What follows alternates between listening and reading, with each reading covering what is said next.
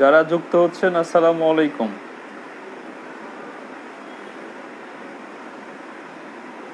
সবাই যুক্ত হোক, তারপরে কথা বলা শুরু করি। হ্যাঁ, আমি চুপ আছি ইচ্ছা করি। আজকে আলোচ্য বিষয় কি বুঝতে পারছেন?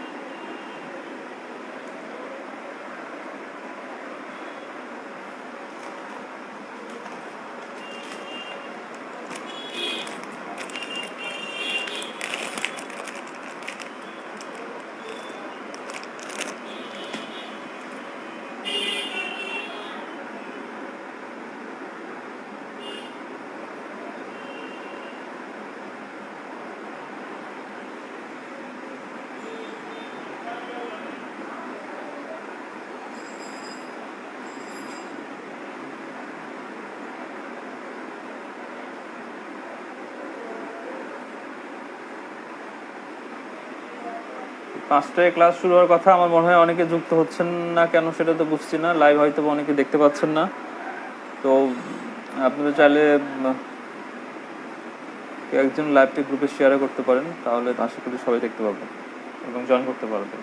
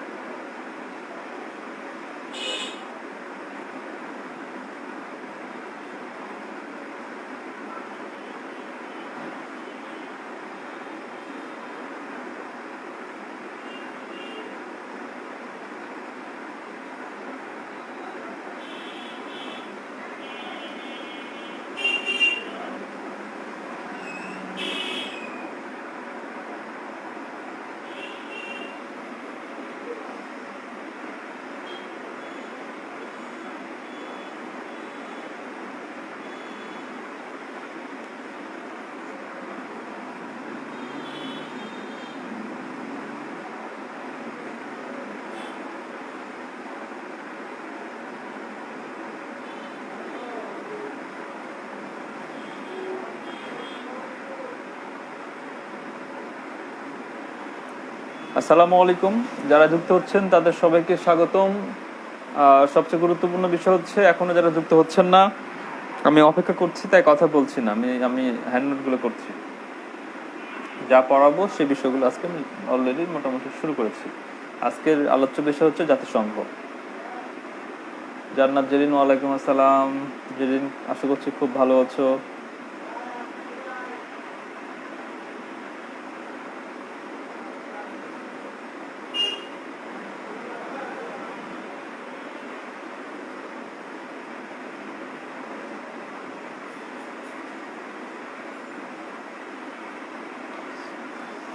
ওকে,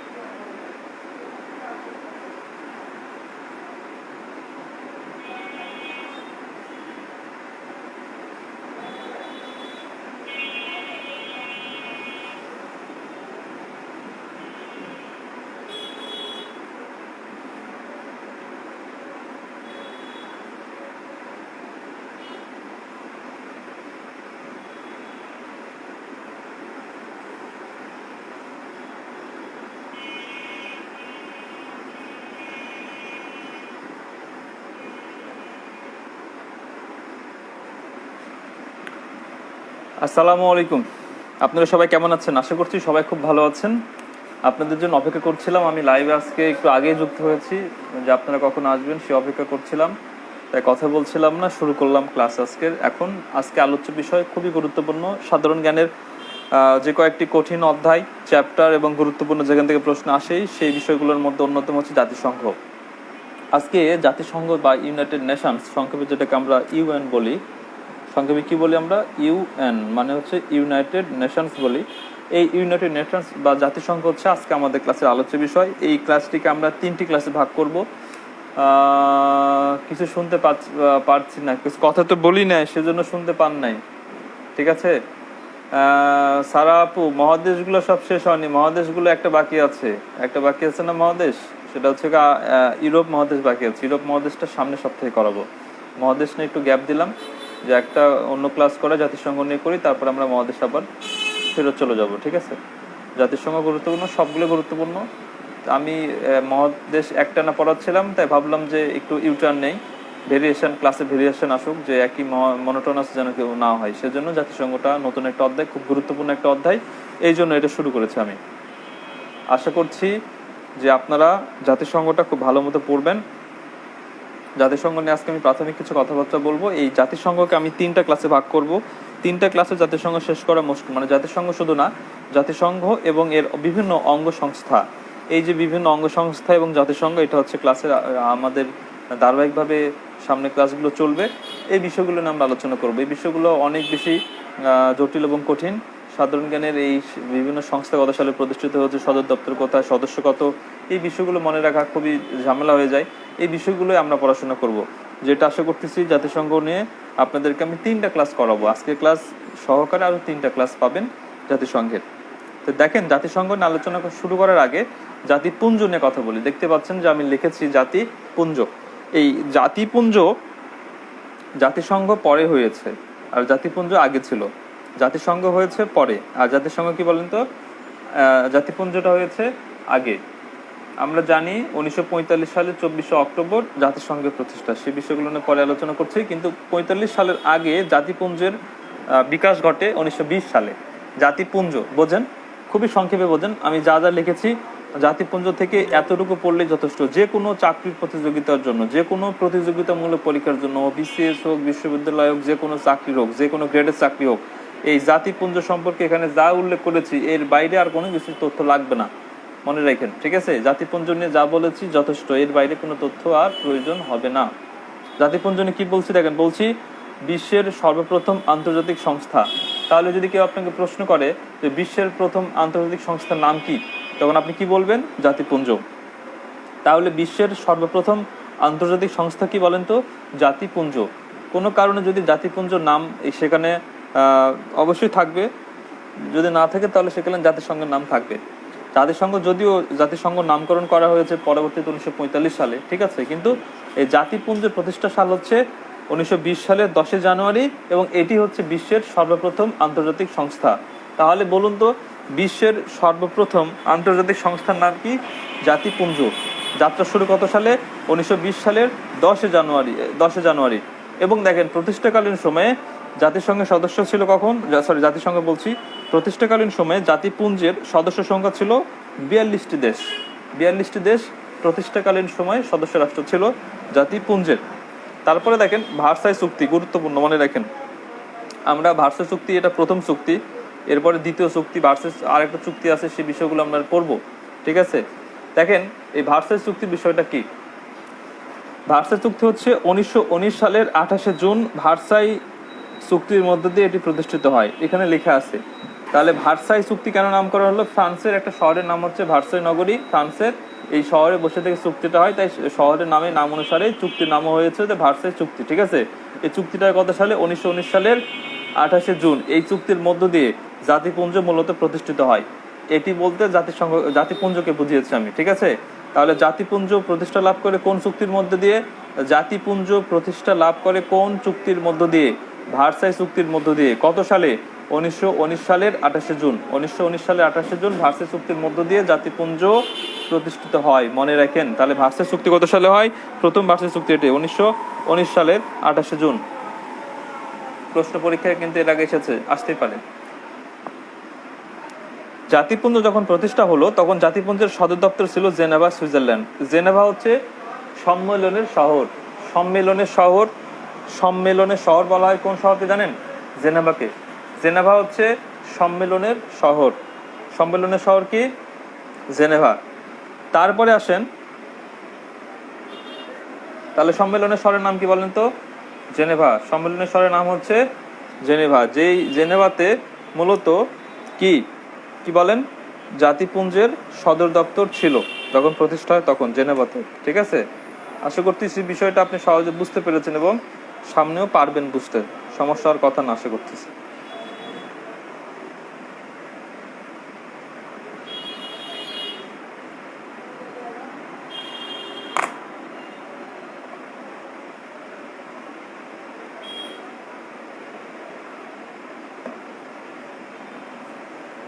তাহলে আপনারা দেখতে পাচ্ছেন সদর দপ্তর পর্যন্ত কিন্তু আমরা ছিলাম।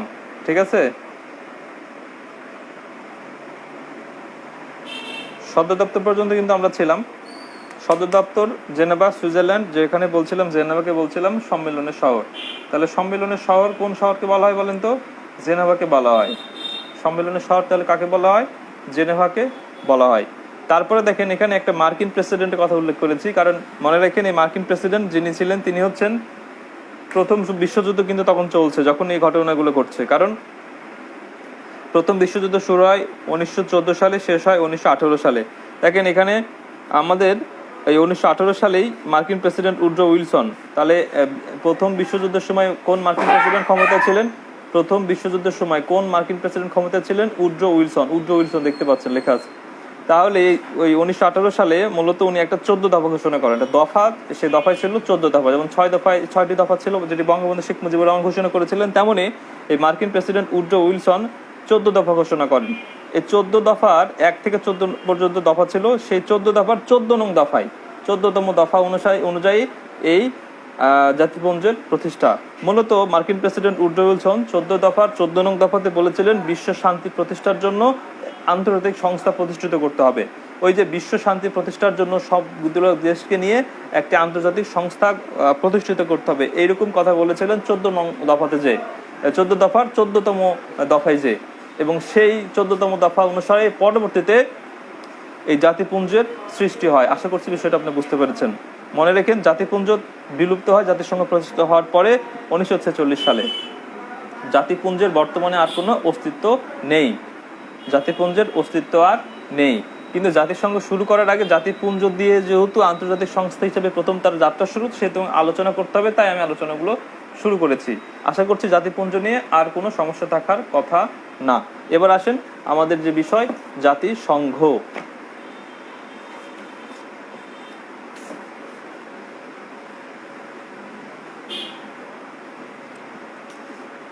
লেখেন জাতিসংঘ।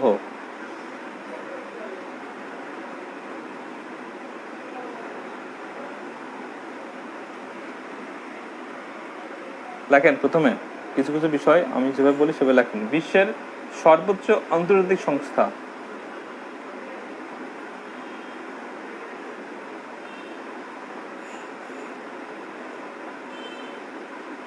সর্বোচ্চ আন্তর্জাতিক সংস্থা।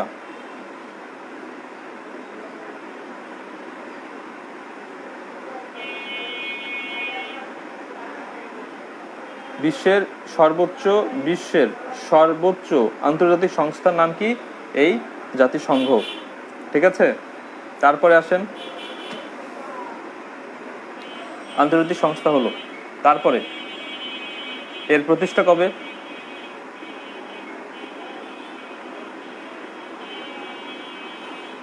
প্রতিষ্ঠার একটা বিশাল ইতিহাস আছে, সেই ইতিহাসটা আলোচনা করব।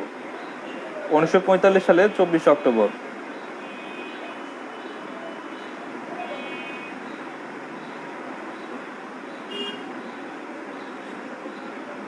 এর জন্য 24 অক্টোবর হচ্ছে জাতিসংঘ দিবস। তাহলে জাতিসংঘ দিবস কবে? 24 অক্টোবর।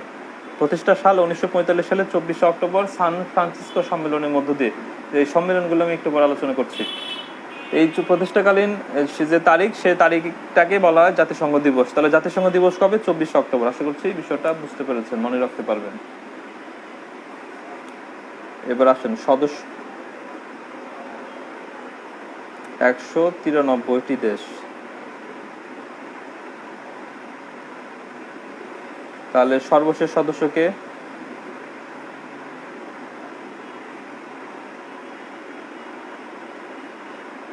দক্ষিণ সুদান।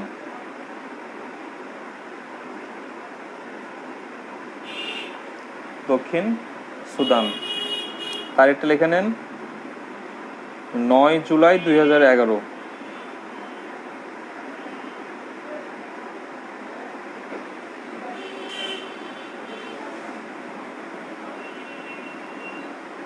ঠিক আছে,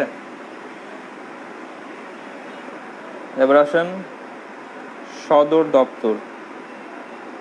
আগে জাতিসংঘ সম্পর্কে আমরা মোটামুটি ধারণা লাভ করি, জাতিসংঘ সব বিস্তারিত, তারপরে আমরা এই বিষয়গুলো নিয়ে অনেক আলোচনা আছে, সেই আলোচনাগুলো করব। New York.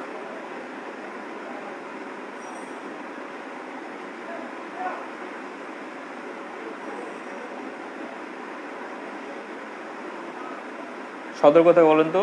New York. New York কোথায়? অবশ্যই ইউএসএ বা আমেরিকা বা যুক্তরাষ্ট্রে, যাই বলেন না কোনো সমস্যা নাই। ঠিক আছে,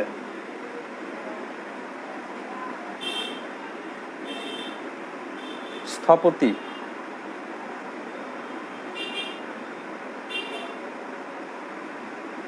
স্থপতি মানে জাতিসংঘ যে সদর দপ্তর, সেটা স্থপতি। হ্যারিসন।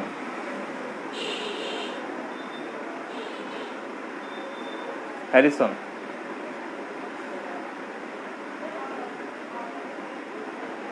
আমরা জানি জাতিসংঘের একটা সদর দপ্তর শুধুমাত্র নিউ ইয়র্ক, ইউএসএ, কিন্তু আরো 2টি সদর দপ্তর জাতিসংঘে কিন্তু রয়েছে। এই 2টি সদর দপ্তর আপনাদেরকে আমি বলছি, লিখে নেন। দেখেন, ইউরোপীয় সদর দপ্তর।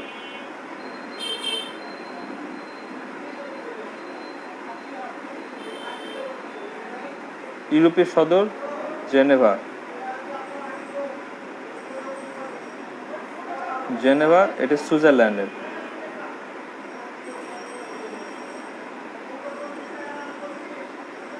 সুইজারল্যান্ড লেখেন। তারপরে আফ্রিকান সদর, আমার মনে হয় আপনারা এগুলো জানেন না। নাইবরি, কেনিয়া। কেনিয়ার রাজধানীর নাম হচ্ছে নাইবরি।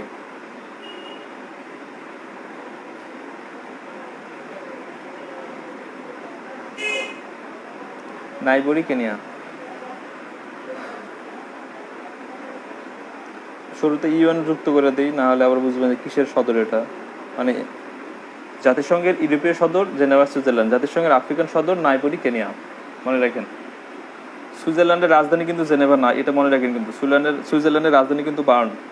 আর জেনেভা হচ্ছে একটা শহরের নাম, যেটাকে বলা হয় সম্মেলনের শহর। অনেকে মনে করেন যে সুইজারল্যান্ডের রাজধানী মনে জেনেভা, কিন্তু ভুল, মনে করে লাভ নেই।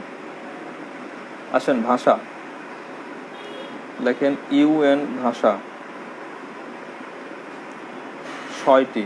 জাতিসংঘের ভাষা হচ্ছে 6টি। এই 6টি ভাষা পরীক্ষা কিন্তু আসে, যে জাতিসংঘের ভাষা নিচের কোনটি নয় বা নিচের কোনটি জাতিসংঘের ভাষা। তো 6টি ভাষা যদি আমি এখন আপনাদের লিখে দিই, মনে রাখবেন, হয়তো মুখস্থ করলে মনে থাকবে, কিন্তু ভুলে যাবেন। তাই আমি একটা টেকনিক লিখে দিই, হ্যাঁ, যে 6টি ভাষা মনে রাখার টেকনিক। নাইরোবি, হ্যাঁ, নাইরোবি। নাইরোবি ও নাই রো, ওর ব হবে না পুরো। আচ্ছা আচ্ছা, ঠিক আছে। এবার আসেন টেকনিক। এই 6টি ভাষা আপনি মনে রাখবেন এই টেকনিকের মধ্যে দিয়ে। চমৎকার, আমার নিজের তৈরি টেকনিক। বলবেন, ওই যে বলেন তো আপনারা সিনেমা দেখছেন না, দেবদাসের একটা চরিত্র ছিল না, যে পারু। হ্যাঁ, সেই পারুকে ডাকবেন আপনি, যে পারু এদিকে আয়। পারু হচ্ছে চিফ, মানে প্রধান। ঠিক আছে, সে বলতেছেন যে চিফ, তারপরে বলছেন পারু। দেবদাসের সেই পারু, চিফ পারু, তারপরে বলবেন হচ্ছে আই। বলবেন চিফ পারু আই, হয়ে গেল চিফ পারু আই। টেকনিক মনে রাখেন, খুবই মজার টেকনিক এটা। হ্যাঁ, চিফ পারু আই। দেখেন ভাষা 6টা কিভাবে হচ্ছে। চীনা। চীনা। ফতে কি বলেন তো? ফরাসি।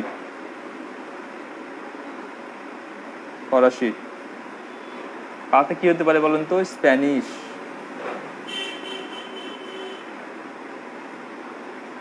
রুতে কি হতে পারে? খুবই সহজ, বোঝা যাচ্ছে, রুশ।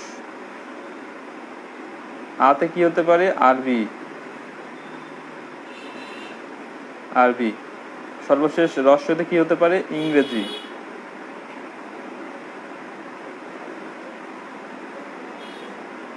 ইংরেজি। এই হচ্ছে জাতিসংঘের ভাষা 6টি। ঠিক আছে, এই কি বলেন তো এগুলো? এগুলো হচ্ছে জাতিসংঘের ভাষা 6টি। তাহলে জাতিসংঘের 6টি ভাষা মনে রাখবেন কোন টেকনিকের মধ্য দিয়ে? বলবেন চিফ পারু আয়। চিফ পারু। পারু কোন? পারু মনে রাখার জন্য এগুলো টেকনিক শেখাচ্ছি। পারুটা কেন? পারু হচ্ছে দেবদাসের পারু। ঠিক আছে, দেবদাসের যে পারু, সে পারু। ঠিক আছে, নিয়ে আসবেন, মনে রাখার চেষ্টা করবেন যে পারুকে ডাকতেছেন যে পারু ওইদিকে আয়, তার সামনে যুক্ত করবেন চিফ পারু আয়। আশা করছি বিষয়টা আপনি বুঝেছেন এবং লিখতে পেরেছেন।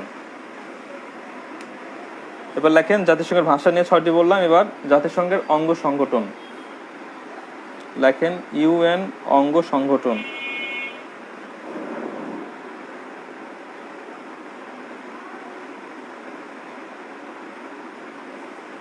জাতিসংঘের অঙ্গ সংগঠন হচ্ছে 6টি। জাতিসংঘের অঙ্গ সংগঠন কয়টি বলেন তো? 6টি। এই সংস্থা, অঙ্গ সংস্থা নিয়ে মনে রাখার এই টেকনিক আছে, এটা আমরা যখন আলোচনা করবো তখন বলবো। ঠিক আছে, আজকে শুধু টেকনিকটা বললাম ভাষার জন্য। আর অঙ্গ সংস্থা যে 6টি, এই 6টি নিয়ে যখন কথা বলবো তখন এমনিতে মনে থাকবে, কোনো সমস্যা নাই।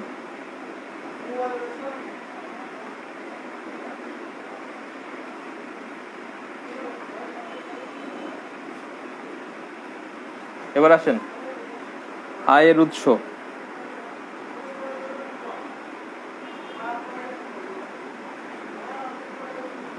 আয়ের উৎস কি বলেন? যাদের সঙ্গে কি হতে পারে? আয় আয় কিভাবে তারা করে?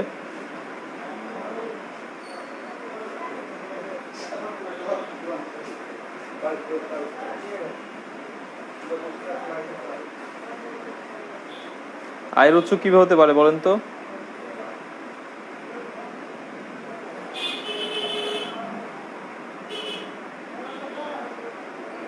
কারো কোনো আইডিয়া আছে?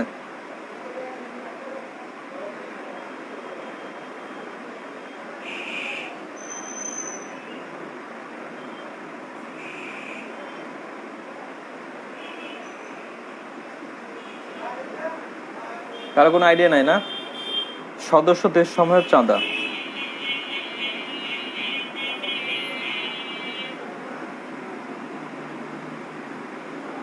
সদস্য দেশ যে চাঁদা দেয়, সে চাঁদা দিয়ে মূলত জাতিসংঘ চলে। আর বর্তমান যে 2-3 দিন আগে প্রধানমন্ত্রী শেখ হাসিনা যে ভাষণ দিলেন, বর্তমান অধিবেশন কততম?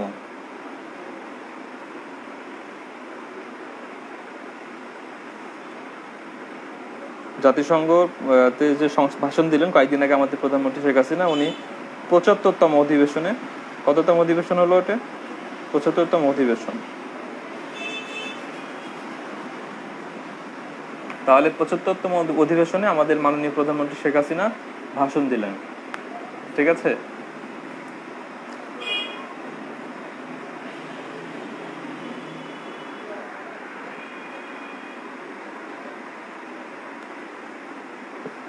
ওকে। এবার লেখেন, মোটামুটি জাতিসংঘ সম্পর্কে আমরা মোটামুটি ধারণা আপনাদেরকে দিয়েছি। বাকি যে ধারণাগুলো মানে ধারণা যেগুলো দিব আপনাদের, সেই বিষয়গুলো আস্তে আস্তে যখন জাতিসংঘ নিয়ে আমরা ইউএসএ বেশি দেয় ডোনেশন, শুধু নট অনলি ইউএসএ সবচেয়ে বেশি দেয়। ঠিক আছে, চাঁদার পরিমাণ মূলত চাঁদা দিয়ে তো জাতিসংঘের পরিচালিত হয়। ইউএসএ চাঁদের পরিমাণ সবচেয়ে বেশি। ঠিক আছে, কিন্তু অন্যান্য সব দেশও দেয়, বাংলাদেশও দেয়। বাংলাদেশের চাঁদের পরিমাণ শুনলে হাসবেন, সেটা পরে বলতেছি। 0.001% বাংলাদেশ চাঁদা দেয় জাতিসংঘে। 0.001% জাতিসংঘে বাংলাদেশের চাঁদের হার। যাই হোক, এই বিষয়গুলো নিয়ে পরে কথা বলবো, ধারাবাহিকভাবে আলোচনা করবো তো। এবার আসেন জাতিসংঘ প্রতিষ্ঠার ইতিহাস, খুব গুরুত্বপূর্ণ বিষয়। লেখেন,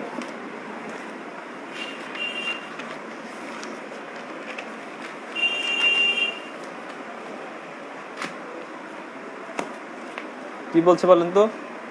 জাতিসংঘ প্রতিষ্ঠার ইতিহাস খুবই গুরুত্বপূর্ণ, মনে রাখতে অনেক ঝামেলা হইতে পারে, কিছু করার নাই। লাগেন, প্রতিষ্ঠার ইতিহাস কিভাবে প্রতিষ্ঠা হলো সেটাই বলবো এবার।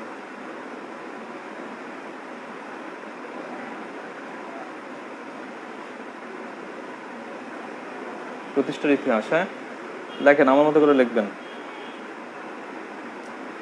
লেখেন, লন্ডন ঘোষণা।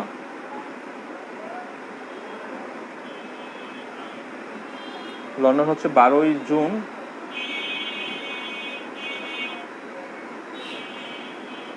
1941 সালে। ঠিক আছে, এই লন্ডন ঘোষণা হচ্ছে জাতিসংঘ গঠনের প্রথম পদক্ষেপ। লন্ডন ঘোষণা কি বলেন তো?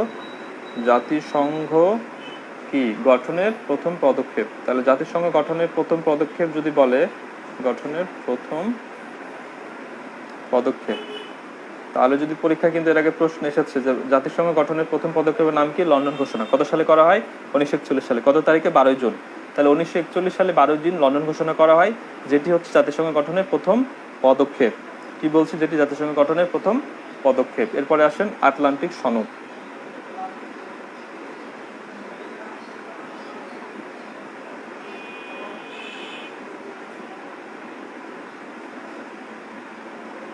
আটলান্টিক, এবার আসেন আটলান্টিক সনদ। ঠিক আছে, এই আটলান্টিক সনদে লেখেন কত সালে এটা হয়, মানে কখন হয় এই সনদে স্বাক্ষর করা হয় কখন? 1900।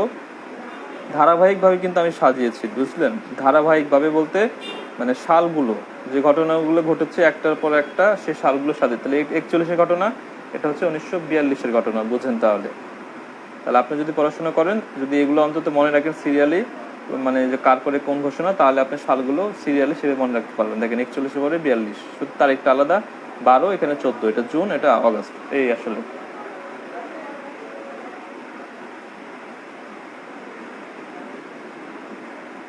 আসলে এই আটলান্টিক সনদটা কি লেখেন, ইতিহাস একটু বলি। ব্রিটিশ রণতরী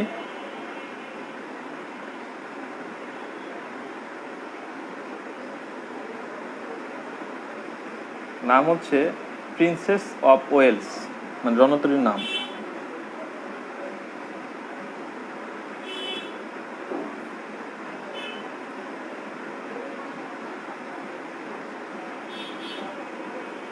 ব্রিটিশ রণতরী প্রিন্সেস অফ ওয়েলস, ব্রিটিশ রণতরী প্রিন্সেস অফ ওয়েলস। ঠিক আছে, এই রণতরীতে ওয়েলসে মার্কিন প্রেসিডেন্ট, মানে ইউএসএ প্রেসিডেন্ট রুজভেল্ট, লিখলাম সংক্ষেপে আমি, হ্যাঁ, ওনার পুরো নাম হচ্ছে ফ্র্যাঙ্কলিন ডি রুজভেল্ট।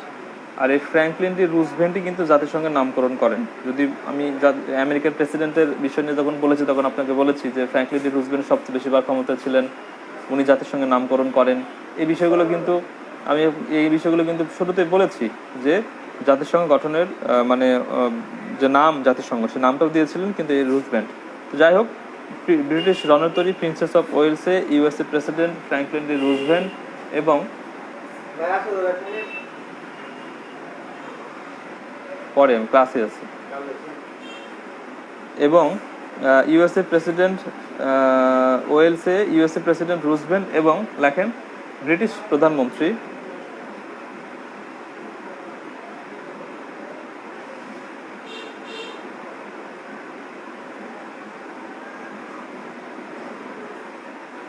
এবং ব্রিটিশ প্রধানমন্ত্রীর নাম হচ্ছে, উনি কিন্তু বিখ্যাত মানুষ, উনি রাজনীতিবিদ ও সাহিত্যে নোবেল পুরস্কার পেয়েছিলেন, সেই মানুষ উইনস্টন চার্চিল।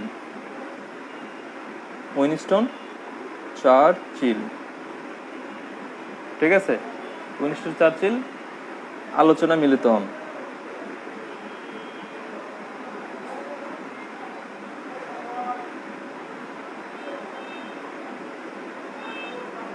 আলোচনায় মিলিত হন কোথায়? দেখেন আটলান্টিক সনদ নামকরণ কেন হচ্ছে, যে আটলান্টিক মহাসাগরে ব্রিটিশ রণতরী প্রিন্সেস অফ ওয়েলসে USA president Franklin D Roosevelt এবং ব্রিটিশ প্রধানমন্ত্রী উইনস্টন চার্চিল আলোচনায় মিলিত হন 1942 সালের 14ই আগস্ট। মূলত এই আটলান্টিক সনদ হচ্ছে এই জাতিসংঘ গঠনের একটি গুরুত্বপূর্ণ পদক্ষেপ। কি এটি বলেন তো? এটি গুরুত্বপূর্ণ পদক্ষেপ, গুরুত্বপূর্ণ পদক্ষেপ, জাতিসংঘ গঠনের গুরুত্বপূর্ণ পদক্ষেপ। তাহলে কি বলেন তো? আটলান্টিক সনদ। আচ্ছা, যেটি বলছিলাম, ব্রিটিশ প্রধানমন্ত্রী উইনস্টন চার্চিল, ইনি তো রাজনীতিবিদ। মনে রেখেন, রাজনীতিবিদ হয়েও সাহিত্যে নোবেল পুরস্কার পেয়েছেন এই যে ব্যক্তি, তার নাম হচ্ছে উইনস্টন চার্চিল। তার বই লিখেছিলেন, সে বইয়ের নাম হচ্ছে the history of second world war. The history of second world war এই গ্রন্থের জন্য ব্রিটিশ প্রধানমন্ত্রী রাজনীতিবিদ হয়েও সাহিত্যে নোবেল পুরস্কার পেয়েছিলেন। ঠিক আছে, আশা করছি বিষয়টা বুঝতে পেরেছেন। আটলান্টিক সনদ, তারপরে আসেন ওয়াশিংটন সম্মেলন। আমি ছবি তুলে দিয়ে দেবো, আমি যা লিখছি হ্যান্ড নোটের ছবি তুলে দিয়ে দেবো, সমস্যা নেই। আমি গ্রুপে হ্যান্ড নোটের ছবি তুলে দিয়ে দেবো, আপনাদের যেন সুবিধা হয় পড়াশোনাতে, তার জন্য যা যা করার আমি সবকিছু করতে প্রস্তুত আছি। লেখেন, এই সম্মেলনটা হয় কিন্তু ওই 42 সালে। লেখেন 1 জানুয়ারি 1942 সালে। ঠিক আছে, এতে মূলত এই ওয়াশিংটন সম্মেলনের মধ্যে দিয়ে জাতিসংঘের নামকরণ করা হয়। জাতিসংঘের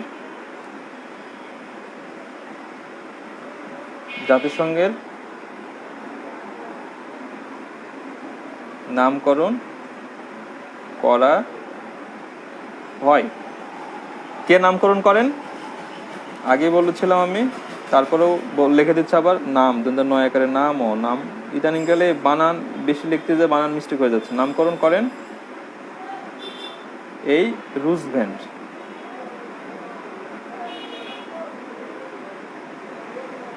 আশা করছি বিষয়টা বুঝেছেন। তাহলে ওয়াশিংটন সম্মেলন 42 সালে হয় এবং এই সম্মেলনে যাদের সঙ্গে নামকরণ করা হয়, নাম